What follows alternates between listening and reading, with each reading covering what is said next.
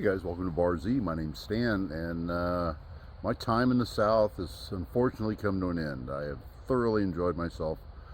We just got back from Fab Tech. If you follow me on Instagram, you probably saw a few of the posts that I did. I gave away all my hats except for 3. So that was pretty good. I started out with 12. I went down there with 12 hats, and you guys cleaned me out pretty good except for 3 hats. So that was, it was fun. We kind of played a game of Where's Waldo, and people found me almost everywhere I went. So you guys did pretty good. Hung out at the Lincoln booth. I'm going to flash a few still pictures here. Let's take a look at what Fab Tech was all about.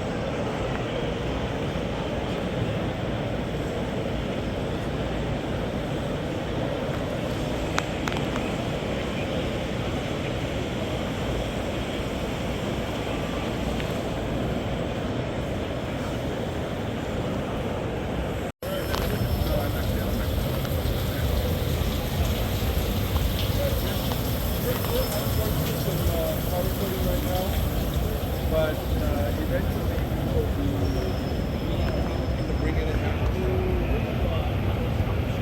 using a couple shots of cream there.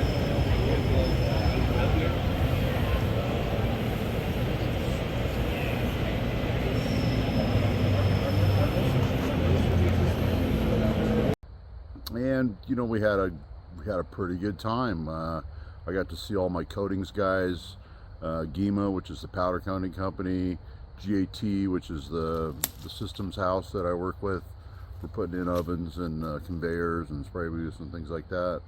I saw some old friends that I hadn't seen in a long time. You know, I saw Tyler over at Spray Tech out in Rialto. Hadn't talked to him in at least 15 years. We used to work together, but I don't know, we just kind of grew apart. And then my friends at AFC Finishing Systems, I got to see them, and a couple of the others. You know, we saw a few of the other familiar faces. And so the finishing end of it was cool. And then we saw our friends at Lincoln Electric, got to hang out with them, hung out with Jason over at Fireball Tool. Got to put hands on all of his, some of his cool stuff he's got over there. Had a pretty good time, you know, over down in Orlando. You know, that's about 6 hours south of here. But I am back in Alabama, but we're packing our stuff up and we're going home. I'm taking one last walk in the woods back behind the house, and I just stuck you guys in a tree here real quick just to shoot this. And you know, I'm gonna miss these woods. I kind of walk back here every evening. It's about 5 o'clock in the evening. The sun's heading down there in the west, and it's just nice out here in the woods. But you know, see what critters have been crawling around. I've been checking footprints. There's possum and raccoon, and every once in a while we'll see some deer tracks. They got white-tailed deer down here. So it's been a good time, but my time in the South has come to a close. I do need to come back. I'm coming back in January, so we're going to come back January, February, and work down here a little bit. And you know, spend some more time down here. I really enjoyed it. And my landlord up at the house, she said she actually enjoyed having me. I don't know why, but you know, I thought we were kind of just men in a house. You know, we're not the cleanest guys, but she put up with us, and her husband and her are very nice, and they put up with everything that we did. So I appreciate Cindy. Thank you for everything. And you know, thanks for watching, you guys. I know I didn't show any system video. They said they didn't want their system online, so it's not cutting edge. It's all 20-year-old technology, but they feel like it's theirs and they don't want it shown.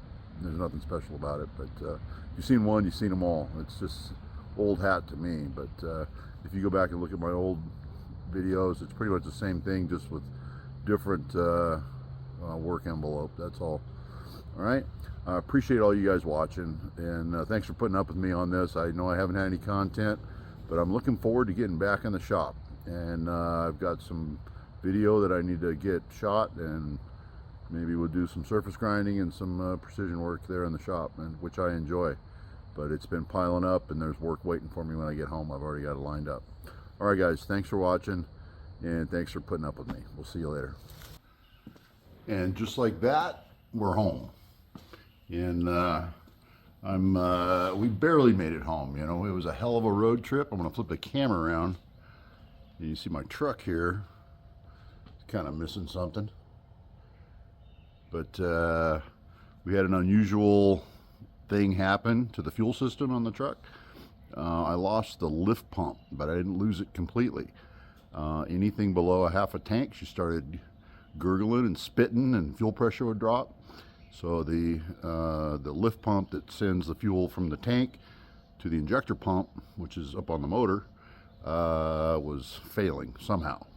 And it was tank related, because anytime I got down below a half tank, it would do that like clockwork. And when you're running through a lot of fuel driving across the country, that's what happens. But we made it home. But we had to stop twice as often to get fuel. But let me flip the camera around and show you what I had to do.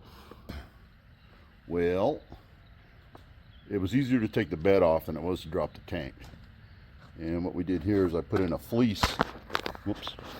This is a fleece dual motor lift pump that drops down in the tank. Just a quarter turn on that lock ring and an O-ring on there. And then that contains your fuel gauge sending unit and the pump. It's a dual pump.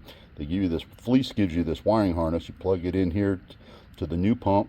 You plug it in here to the old wiring harness, and it's got two heavy cables. The dual pumps take a heck of a lot more amperage. So you run dual cables up under the hood, and there's a fuel pump relay, and you connect it to the fuse box up there under the hood, and put power to it, to the relay, and it's plug and play. It clips in right into the original wiring harness right here. That darker tan one is the original, and there's the fleece adapter. So pretty easy to work on after you get the bed off. And I did it by myself with the aid of my two chain falls.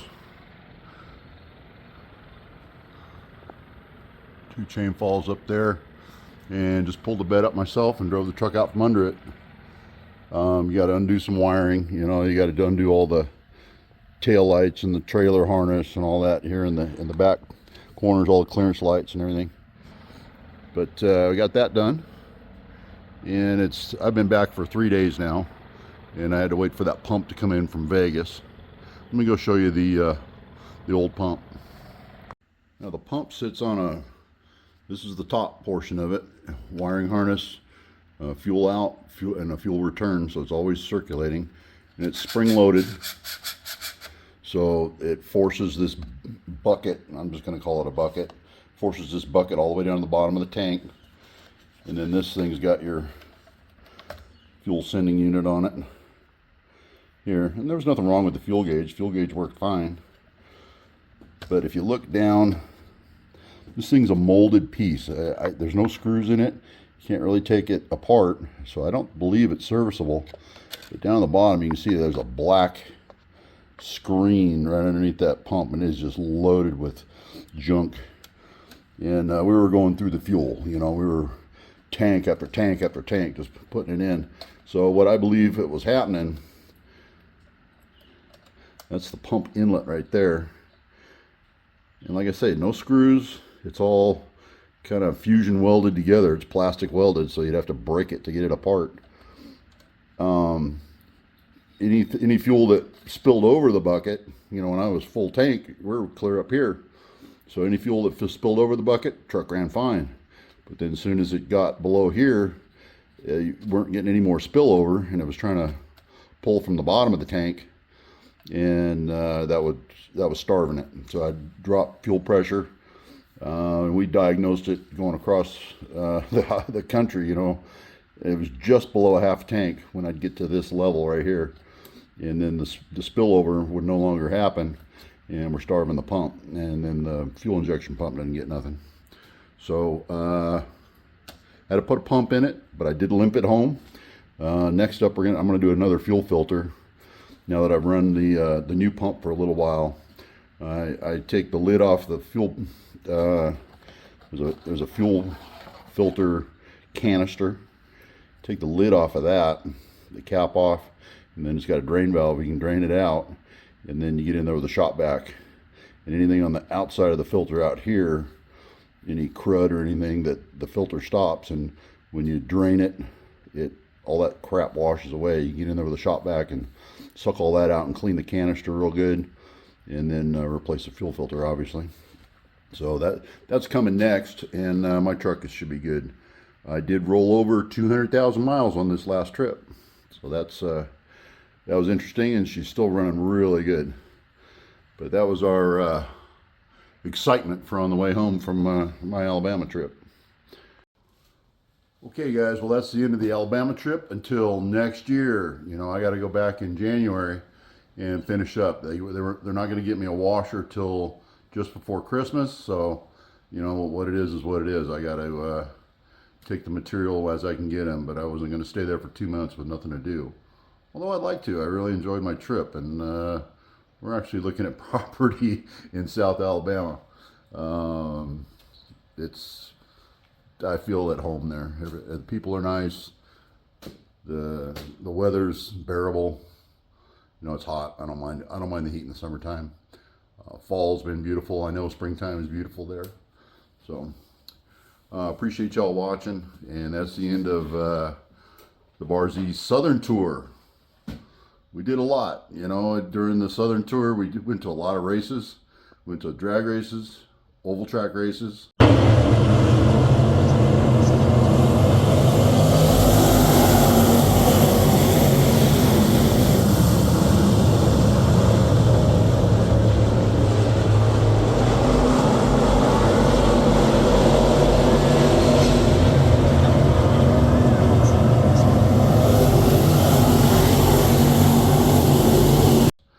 We visited Jim over at his deer cabin over in South Central Georgia, which got hit by Helene pretty bad, by the way. And then we went down to FabTech, saw all our friends down there, had a good time for a few days down there. Went out to Clark's and visited him, got some stuff installed at his place. Oh yeah, we went to Nashville for a weekend, and what we did out of Nashville is we ran the Natchez Trace. Now, the Natchez Trace runs from Tennessee, about 20 miles out of Nashville, runs south, cuts through Alabama, goes into Mississippi, and stops at Natchez, Mississippi, where it meets up with the Mississippi River. Now, the Natchez Trace is a natural trail, and it's historic. There's all kinds of historical markers on the way. Andrew Jackson, good Tennessee folks, ran the Natchez Trace, marched his entire, all his troops, his cavalry, his soldiers, all the way down to New Orleans to fight the British in the Battle of New Orleans. It took them over a year to get there. But now it's a state historical park that runs through 3 states, and it's absolutely beautiful. Highly recommended if you're in that region to run Natchez Trace, as much of it as you can. It's about 480 miles in one direction, and it ends in Natchez, Mississippi. So, and stop at the historical sites. There's the ferry crossings. There's where they started their march, he just buried his dead along the way. This was a hard, grueling march to the Gulf of Mexico.